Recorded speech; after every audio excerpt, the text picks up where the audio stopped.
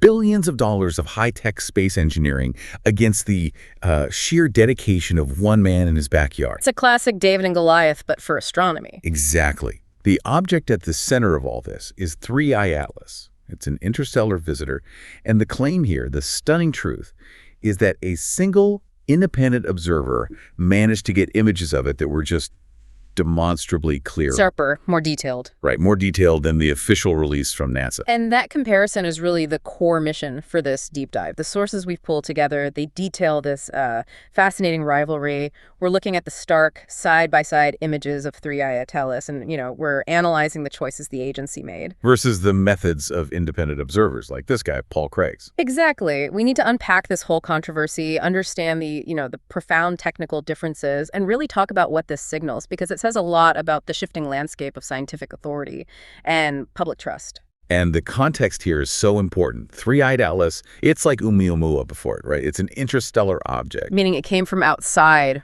our solar system. Yeah, which makes any good look at it just priceless. I mean, it could tell us about the composition of alien worlds.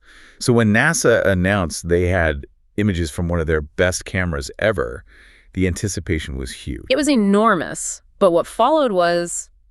well, it was a massive disappointment. Okay, let's unpack this. Yeah. Starting with that official image. So let's start with the promise. NASA really promoted this. The image was captured by the High-Resolution Imaging Science Experiment.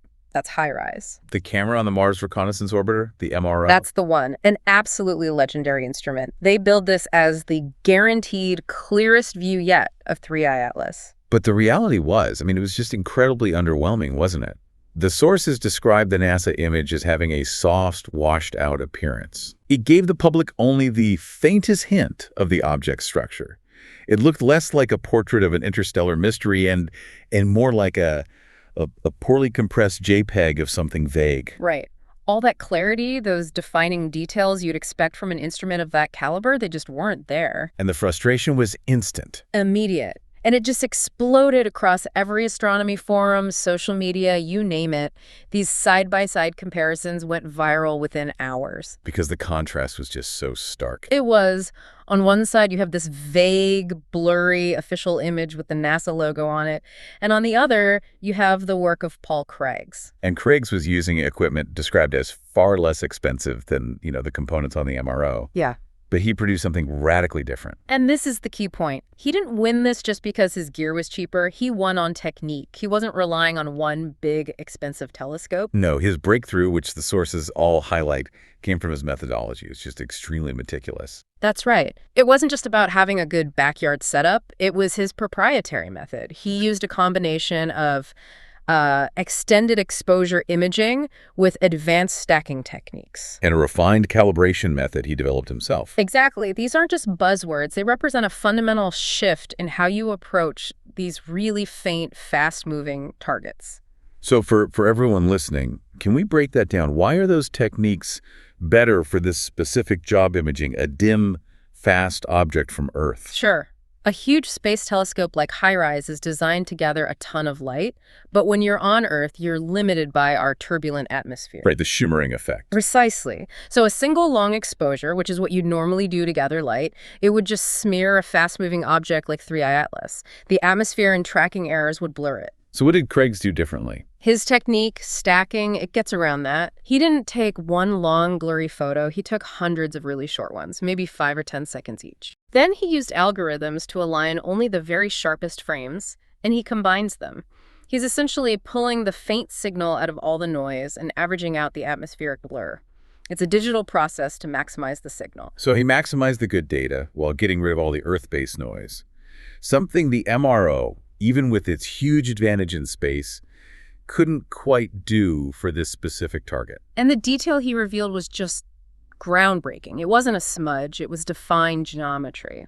His observations showed a structured, luminous body surrounded by a faint glowing envelope. It wasn't ambiguous. No, not at all. His images consistently showed this distinct geometry, an elongated luminous structure, what looks like a central core, and these These clear, rising streams of reflected or emitted light on either side. Almost like wings. It looks symmetrical, exactly, like a pair of wings extending out.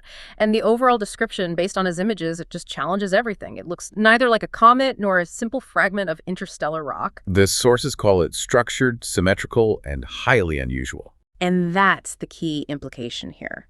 While NASA gave us a blur that could have been anything, Craig's presented evidence of a complex, structured object. These features, they just don't fit our standard models for comets. Which pushes it into the realm of a truly anomalous object. It does. So now we have to move from the quality of the image to the timeline, because this huge gap in clarity was made worse by a huge gap in time, that just fueled public skepticism. Right. NASA's live stream revealing the high-rise image, that was toward the end of October. But the data itself had been collected nearly a full month before that. So everyone immediately started asking, why the delay? Why hold on to such an important piece of data for so long? NASA's official reason was a government shutdown. And, okay, that's a plausible explanation sometimes, but critics just weren't buying it here. They argued that a single image, especially one this low quality, could have been posted really quickly by a tiny team. It led many to believe the agency was strategically deciding how best to handle information that was already being contradicted by the high-quality, structured images coming from people like Craig's. And that creates a major trust problem, especially when you add in the capability mismatch. The what now? The capability mismatch. I mean, we have to remember, the HiRISE instrument is legendary. It's famous for taking these incredibly detailed pictures of surface textures on Mars from hundreds of miles away. Right. It's one of the most advanced imaging instruments in the solar system. Exactly. So the irony is just staggering. The critical question everyone started asking is, how can a guy in his backyard with equipment that's orders of magnitude cheaper outperform that incredible piece of engineering? And the answer probably lies in the instrument's design limitations for this kind of target. HiRISE is optimized for high-contrast, stable subjects like Mars. 3i Atlas is dim and moving at high velocity through deep space. So it's not what it was built for. It's possible. They would have had a very narrow window to get the shot, and maybe the exposure time needed to capture enough light just resulted in blurring because of the object's speed. Or the tracking system just wasn't optimized for something so faint. So Craig's could fine-tune his setup over multiple nights for this one specific, unpredictable object. But the billion-dollar instrument had constraints baked into its main mission that made it less flexible. Still, the lack of detail is hard to swallow. It is. The blurred image, regardless of the reason, left this massive vacuum of clarity. Here's where it gets really interesting. That vacuum, plus the month-long delay, led critics to argue this wasn't a technical failure. They started saying the agency was intentionally withholding detailed data. And that just changes the whole conversation. It shifts from a technical problem to a question of institutional transparency. And this suspicion is not coming out of nowhere, is it? It's fueled by history. A lot of people in the community have long memories. This 3i Atlas situation feels very familiar. That's right. Observers immediately connected this to the Oumuamua anomaly.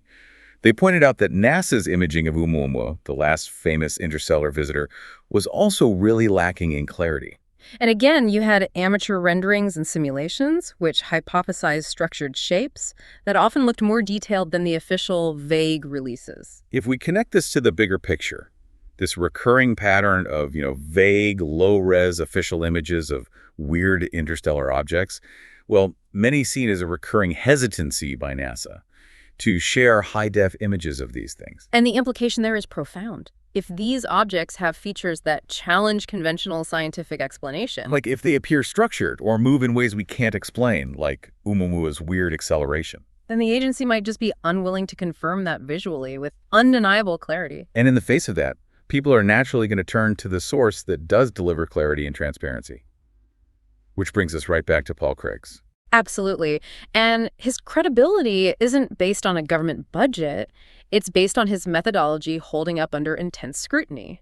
The strength of his work is its repeatability. That first image wasn't a lucky shot. Not at all. His work is strengthened by multi-night imaging sessions, precise calibration, and the fact that the features were repeatable, that structure, the core, the symmetrical flares, they appeared consistently across different filters and different data sets on different nights. And he's been totally professional through all this. He's focused on the observation, the data, not wild speculation.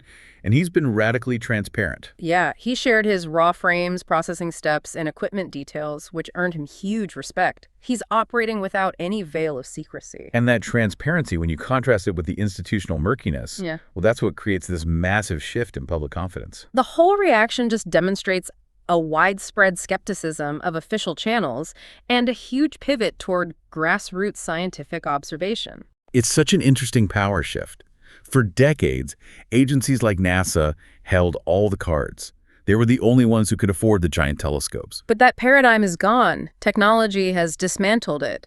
Modern cameras, powerful computers, they've democratized high-end observation. Craig's represents this new era where independent observers are playing a significant role in shaping public understanding. Yeah, the public's response proves that people are no longer satisfied with the vague, unimpressive images of these huge, paradigm-shifting events. They now expect transparency, clarity, and timely updates. And when the official channels fail, they'll just look elsewhere. If we connect this to the bigger picture, the implication is that the whole scientific community, including the big agencies, they now have to seriously engage with high-quality civilian data. It changes who holds the authority. So what does this all mean? I mean, Paul Craig's work shows irrefutably what's possible with dedication and skill, even without a billion-dollar budget. His photos are now seen as some of the most significant civilian images ever captured of an interstellar object. It really proves that truth can emerge from the most unexpected sources. Right, and that authority over space information is rapidly being decentralized. And this comparison between the backyard astronomer and the space agency, it isn't just about who has the better camera. The sources really compel us to ask a deeper question. Which is? If a skilled backyard astronomer can reveal defined symmetrical structures that a state-of-the-art NASA instrument won't show to the public, the question for you, the listener, is this. What are the ultimate implications for what we are being allowed to see, and what other profound mysteries of the cosmos might be waiting to be revealed by these highly skilled, independent observers who operate outside of any institutional constraints?